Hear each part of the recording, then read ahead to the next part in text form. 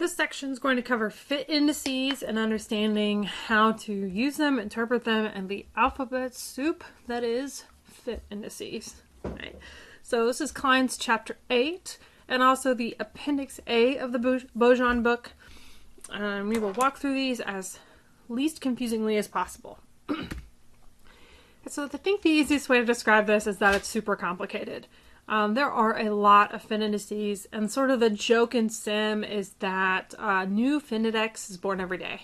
There are lots of ways to think about model fit, and so we're kind of going to group them into like big chunks and talk about which types go with what, and those are based on the sort of the theoretical idea behind them and a little bit of the math behind them.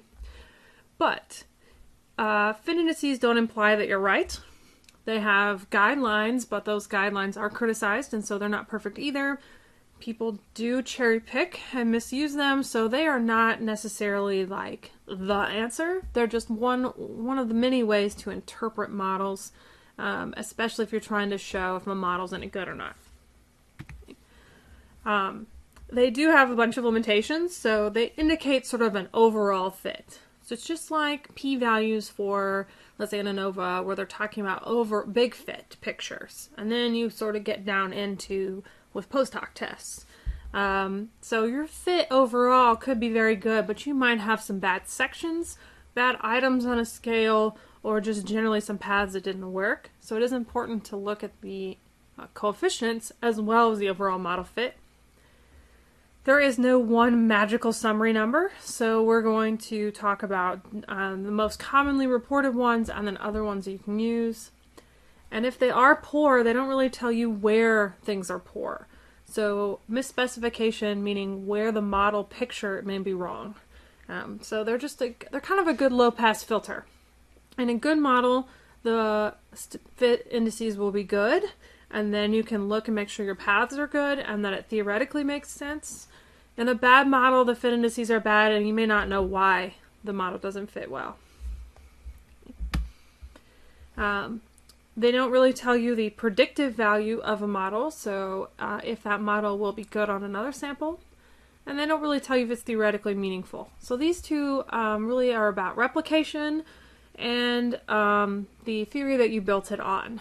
So there's still... I feel a lot of people see sim as sort of magic sometimes, where you build these pretty pictures and you say, look, these numbers say this picture is good. But really for me, you have to tell me that the model's good. I look at the fit indices, but also, does it theoretically make sense?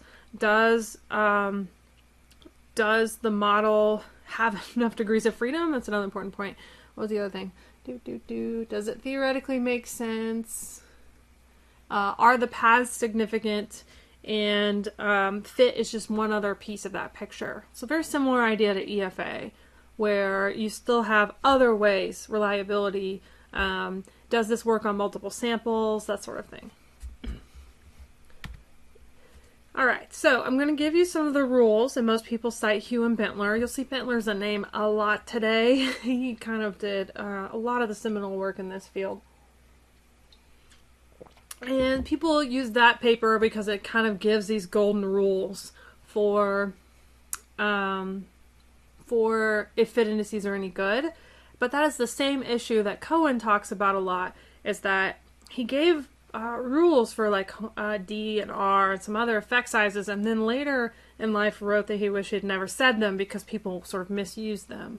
So yes, we do love rules. It does make things a little easier, but these are not the end-all be-all, although they really are, like in the literature, a lot of times treated that way. So if fit is sort of messy, you can look at Klein. He has a really kind of pretty argument against these rules. It's an interesting read. It's good if you're having trouble publishing, but it's not really crucial to you understanding how these work. But I think if you're interested in writing one of these models up, it's a good thing to read about the idea of golden standards in publishing and fit statistics.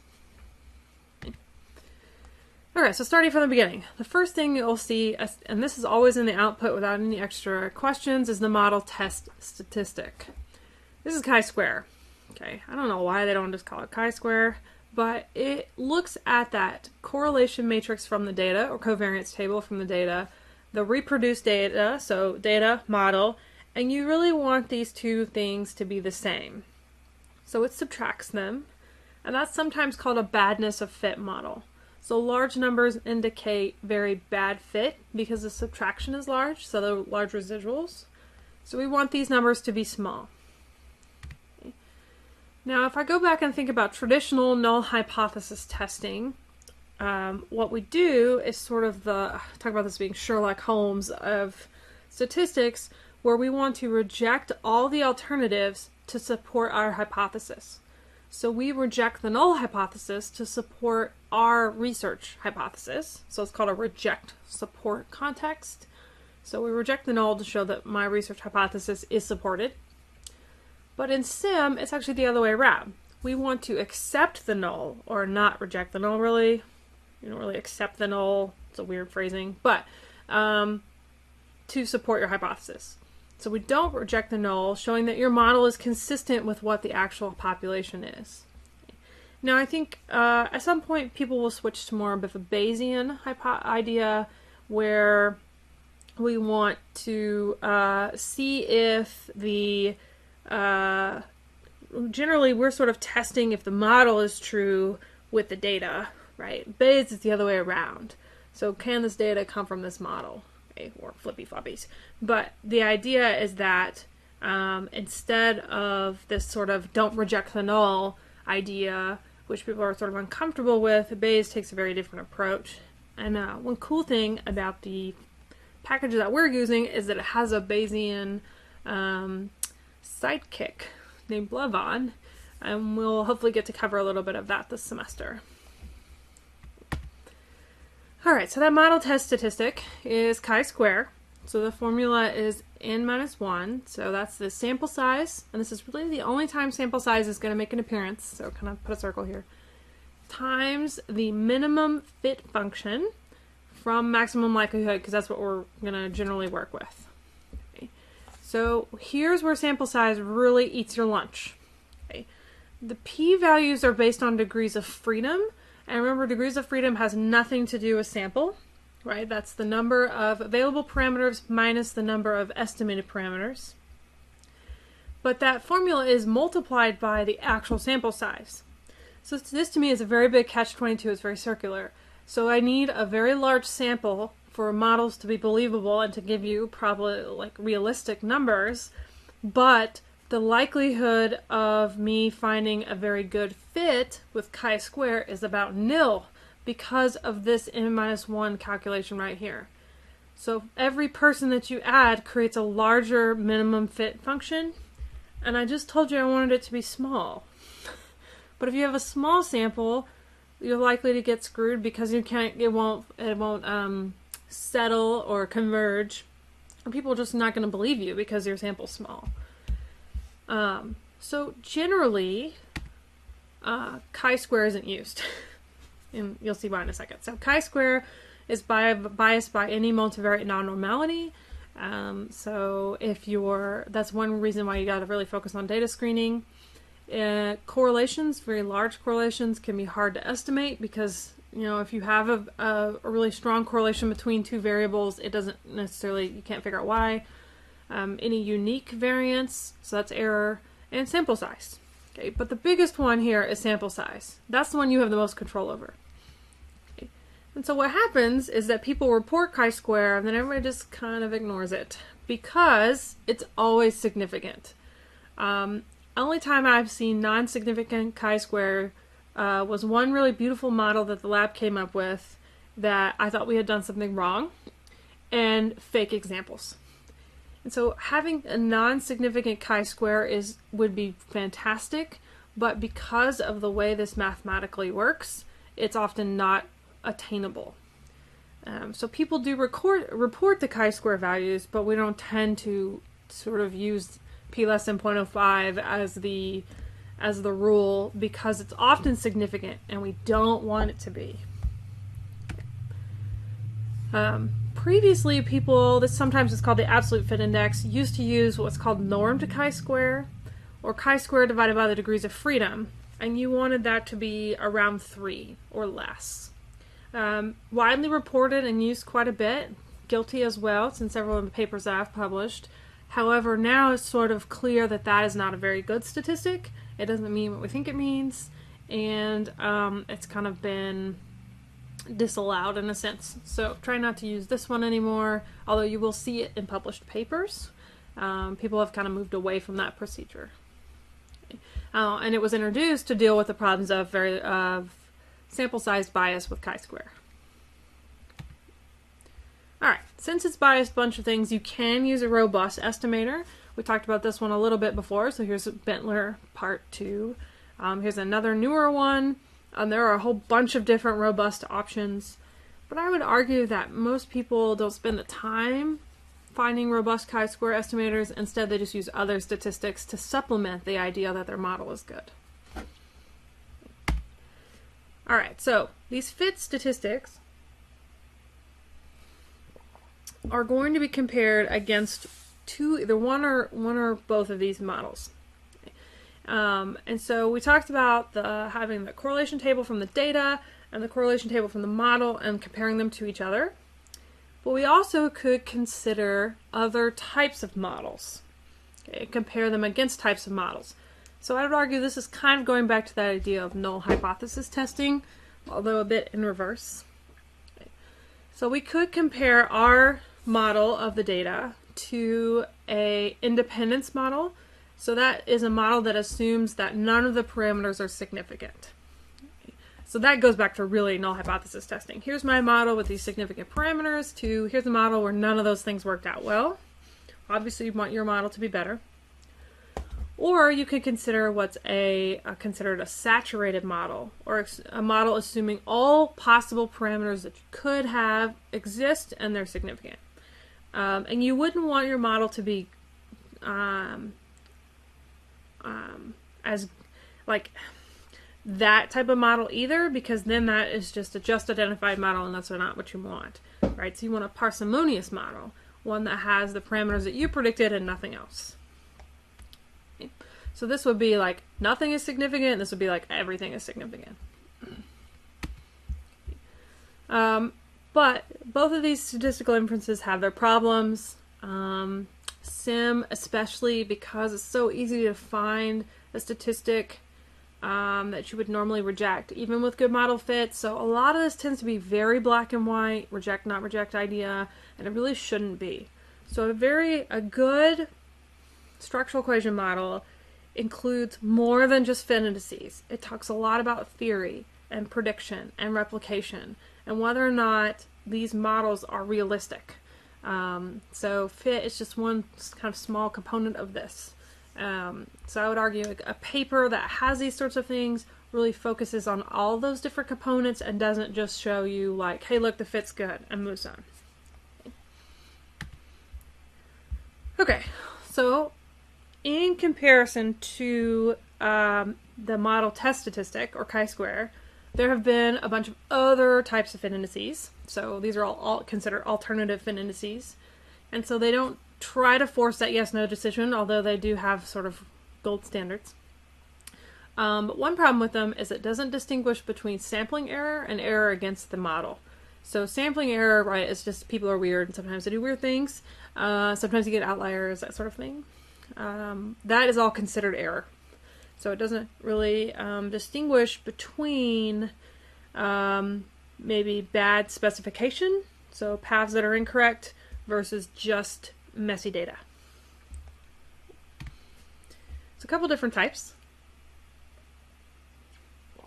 And these are grouped by their theoretical standpoint. So absolute fit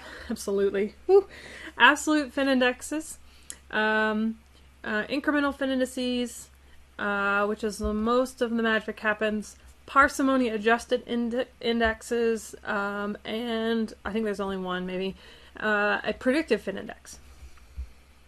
Okay. So let's go through each one of those.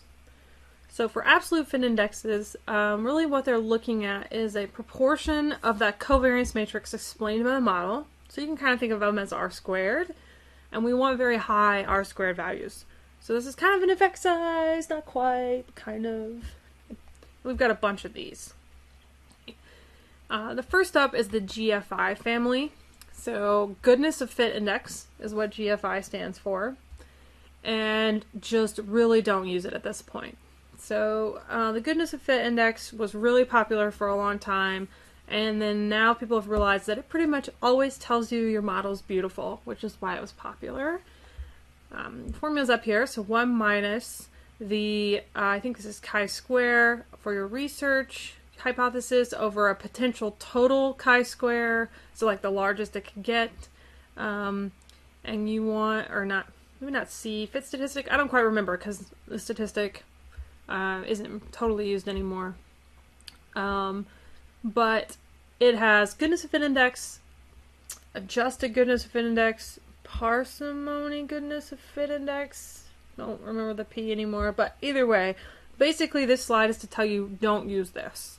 It is a thing that exists, but is not a thing you want to use. A thing you do want to use is SRMR. So it's a standardized root mean residual. Sometimes you'll see it as root mean square of the residuals. That's more of an EFA. So that little S moves around. But either way, it is a standardized of the residual statistics. So it takes the square root. We do want small values. So anytime you see the word residual, you want a small value. Anytime you see fit index, you want a large value. And I generally, when I talk about these, at least when I did EFA, I sorted them into goodness of fit indices where you want big values and residuals where you want small values. But in this particular lecture, I'm really focusing on the differences here, back up, between the way that they're conceptualized rather than the way you want to interpret them. Okay. So absolute fit indices is sort of R squared, right? And so you want this one to be really large, but and this one you want it to be small. It's 1 minus R squared, so this one's actually error.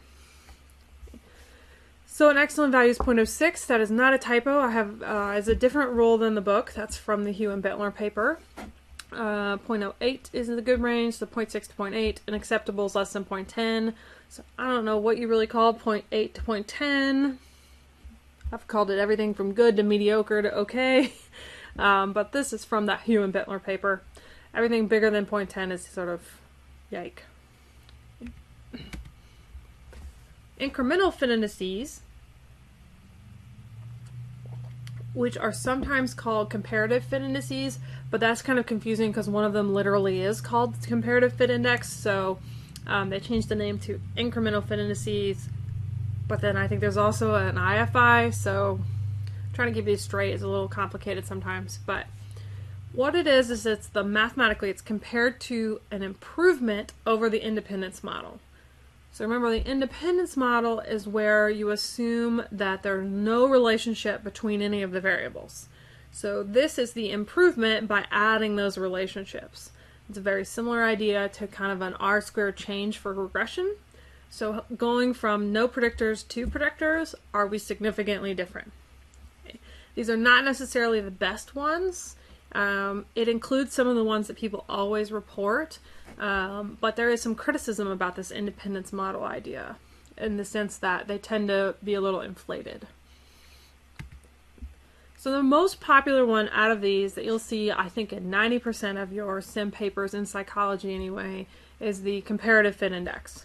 And that's why I said it's a little confusing because the names sort of overlap, but the Comparative Fit Index is one that for EFA we manually calculate because it is something that you always need.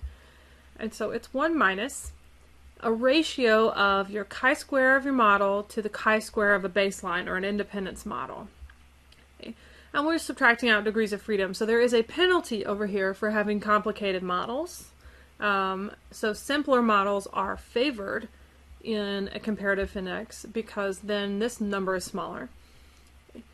It ranges from 0 to 1, and sometimes you'll get slightly over 1. If you get like 0.001, 0.002, you're fine. Like, don't stress about it. That's just a little bit of a math thing. But generally, if it goes over 1, you have a just identified model, or your model is, I would be wary of those estimates, especially in the 1.1 range, because this ratio really should not go over 1. So that usually indicates that something's wrong. Right? If you think about the math on this, over 1's a little weird. Excellence over 0.95 goes over 0.9. Anything less than 0.9 is sort of blah. And all of the next sets of slides of fit indices have the same. So I've only written it once, but it applies to these next couple of slides. Okay. So CFI is definitely one of the most popular, and we'll use it in a bunch of different ways. Right. The NFI, so here comes the N alphabet soup, is the Normed Fit Index, is a variation on a theme for the CFI because it was said to underestimate for small samples. So they took out the degrees of freedom thing. So it's 1 minus chi-square for your baseline over chi-square for your model. Okay, so that is flipped from the previous one, baseline model. All right, and so you see what I mean, like about sample size. So sample size hits you with that chi-square component. And then chi-square is used in every one of these estimators. So one issue is that with just using chi-square is that it's biased by sample size. But in a lot of these, since sample size hits those chi-squares in the same way, it supposedly is less biased by sample size. Right. The Incremental Fit Index, or IFI, sometimes called Boland's non-normed fit index, not to be confused with the Tucker-Lewis index, which is often called the non-normed fit index as well, is a modification of the normed fit index, and it supposedly doesn't depend on sample size so much. So chi-square baseline minus chi-square model divided by chi-square baseline minus degrees of freedom. You don't really have to know any of these mathematical formulas because you'll get them in your output, but I think it's interesting to see the different variations on a theme that people have created using just 3 or 4 numbers. Alright, so incremental fit index, same rules, 0.95, 0.90, less than 0.90 is no good. The relative fit index, or Boland's normed fit index, right? A different theme of models and degrees of freedom, this time dividing instead of subtracting from the CFI. Others, I would say, argue second most popular one is the Tucker-Lewis index, and it's also normed as the Bentler-Bonnet non-normed fit index. So one issue is if you're ever going to present the NNFI, be sure you tell people which NNFI you're doing because mathematically they're fairly different. But I would argue that Tucker-Lewis is really popular. And then it's like CFI and Tucker-Lewis, and then RMC, which I'll get to in a minute, and SRMR, probably the 4 most popular ones. Depending on your goals. We'll get there in a little bit too. So chi-square is the degrees of freedom, so we're doing that division thing, and subtracting, and dividing and subtracting. So this one's actually like all of those combined, I feel like. Alright, the next group of them are parsimony adjusted indices. And these are really actually including penalties for complexity. So any of these fit indices that, the incremental ones, that include degrees of freedom, include a small penalty for complexity. So the more complex the model, actually the smaller the degrees of freedom, right? And so we would want more degrees of freedom left. I think I said that backwards a minute ago.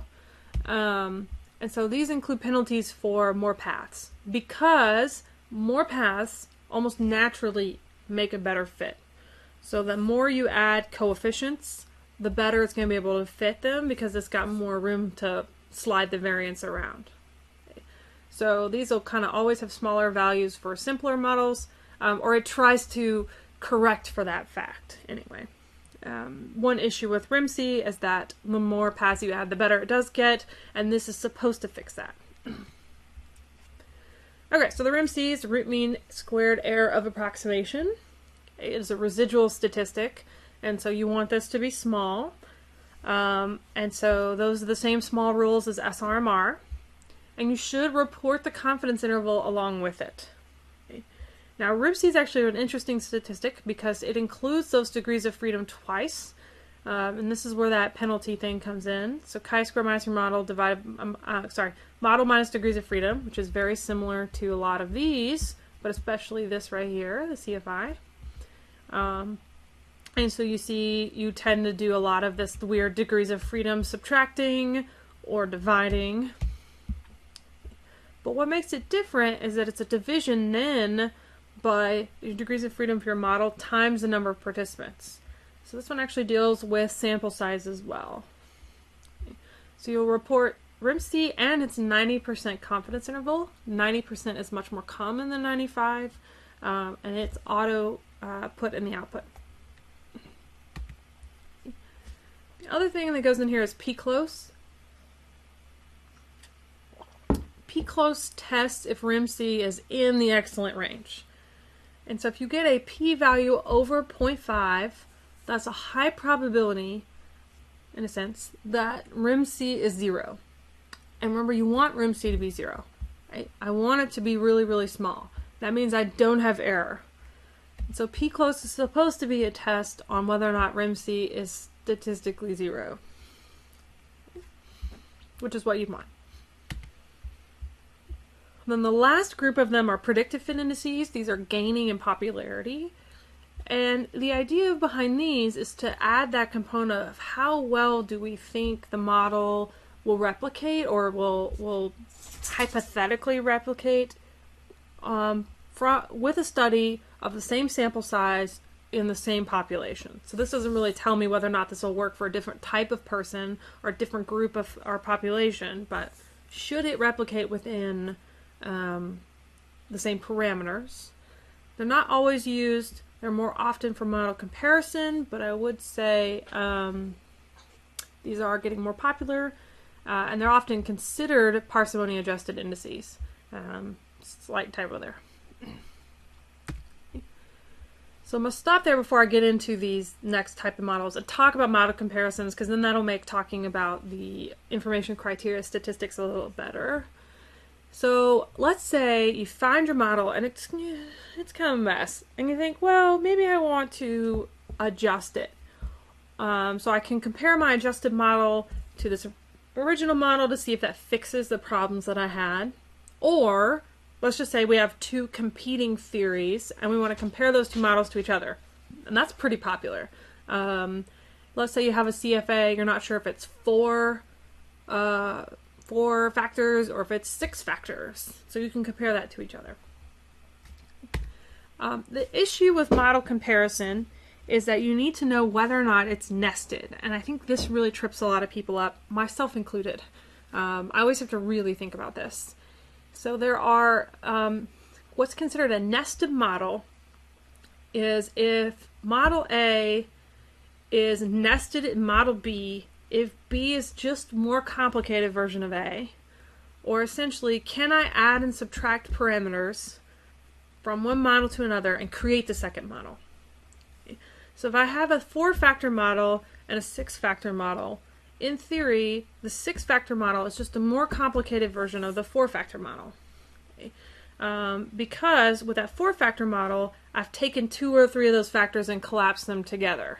And so in theory, I've just made the covariance between them perfect, right? So a 1-factor model is nested within a 2-factor model, because the 1-factor model is essentially a 2-factor model with a perfect correlation between factors. If this is clear as mud to you, you're not the only one. And the idea is like, can I make one model the other model by changing parameters? If you have different variables, they're most definitely not nested. That's an easy thing. Okay? There's a lot of argument over this.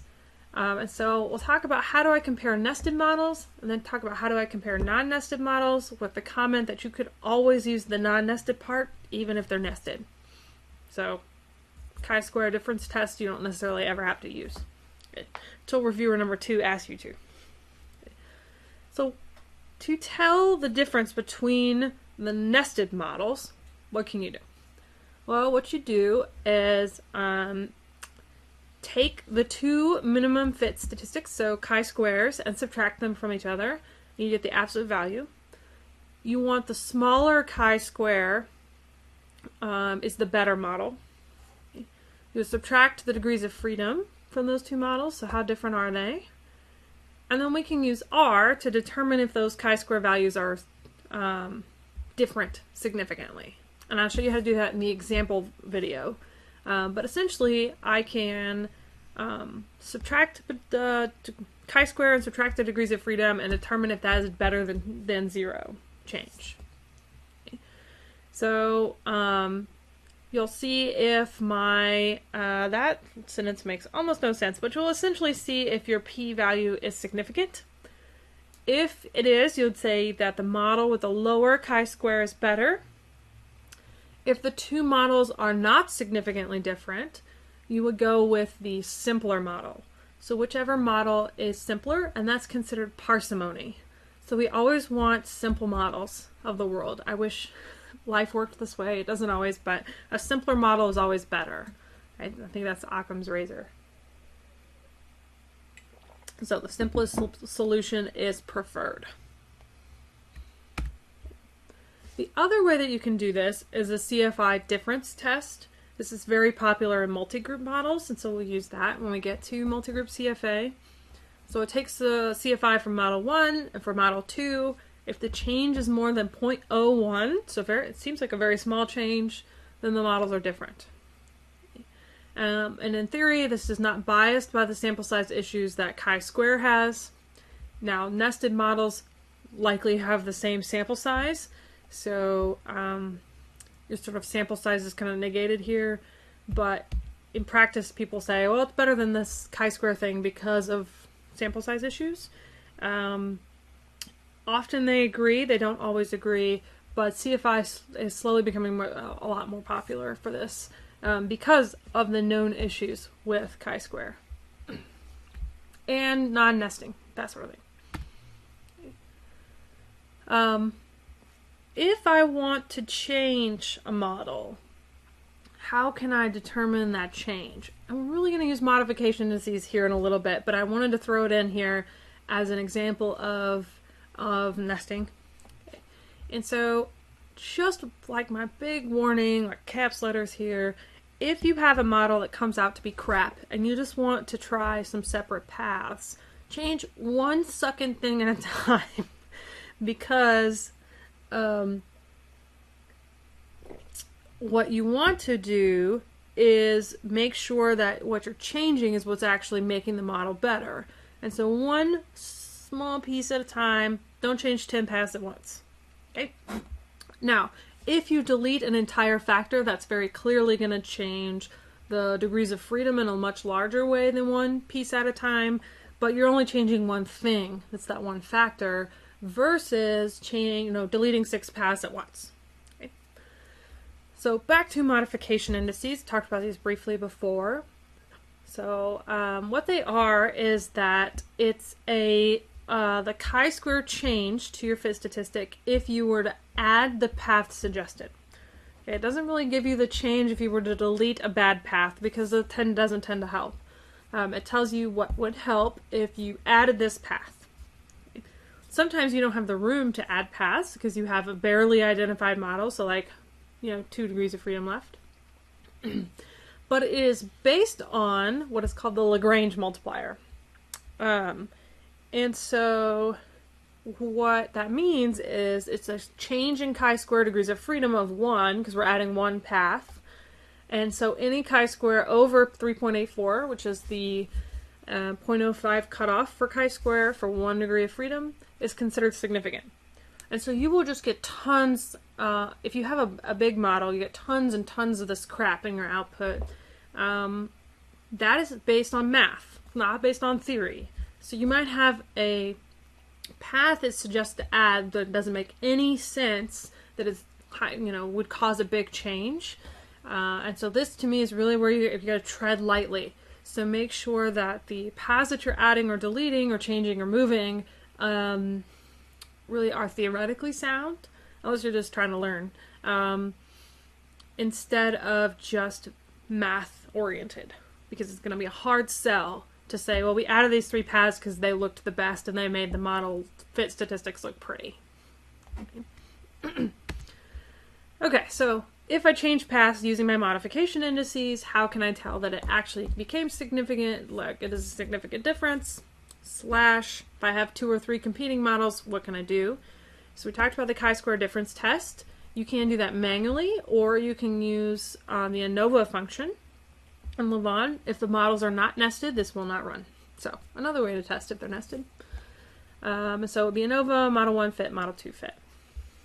And it might get grumpy with you if you put those in an order that it doesn't like, but then you can just flip them. So the smaller chi-square, I think, should be first. I don't remember. We'll see. What if I have a non-nested model? And this is where the unpronounceable fun times begin.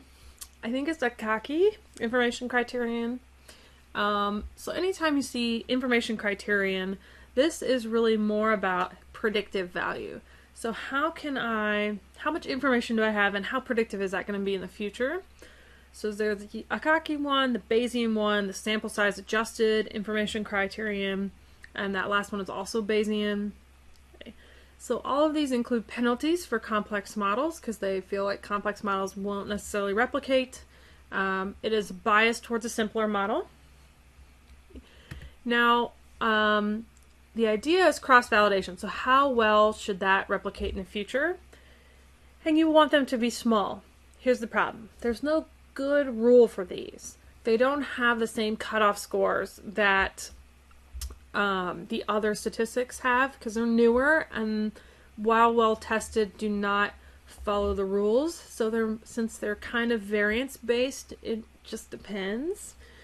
And so you'll see really large scores, and I think that's why they're not super popular, is because they don't have a good set of criteria. I can look at the number and have no idea if it's any good or not, even if we don't want to use these black-white rules. But they are very good for model comparison. So if one model has a much larger number than the other models, I would say that the smaller one is better. But then you really get into the question of how much smaller should it be to be significantly better, and I don't think we have a good answer for that yet. Okay, so you always want a smaller number, and this one with the smaller one is better. And then there's also the expected cross-validation index, or ECVI, so the CI part moves around. And I didn't give you the formulas for these because, oh boy, they're really complicated. But the formula for this one includes that F minimization statistic. Okay, that's not chi-square, that's the FML thing, before you get multiplied by the sample size. So you multiply by the number of parameters estimated, and so it's kind of got like a weird version of degrees of freedom and parameters. So this is the penalty for complexity, right? And we want really small values, so you pick the model with the smallest ECVI. So all of that is a lot. What do I do? Okay. So generally people report chi-square because you have to. RIMC, SRMR, CFI, and TLI if you want to throw another one in there. If you are trying to compare models, they also might include the AIC and ECVI as a way to compare models. And the nice thing about those statistics is that you can use them in a nested or non-nested situation, so you don't really have to remember if it's nested or not. Although for nested models, CFI and chi-square difference tests are much more popular, but you can't really go wrong with the other ones because they do work in either situation. So altogether, that is the kind of brief picture of the alphabet soup that is fit indices at this moment.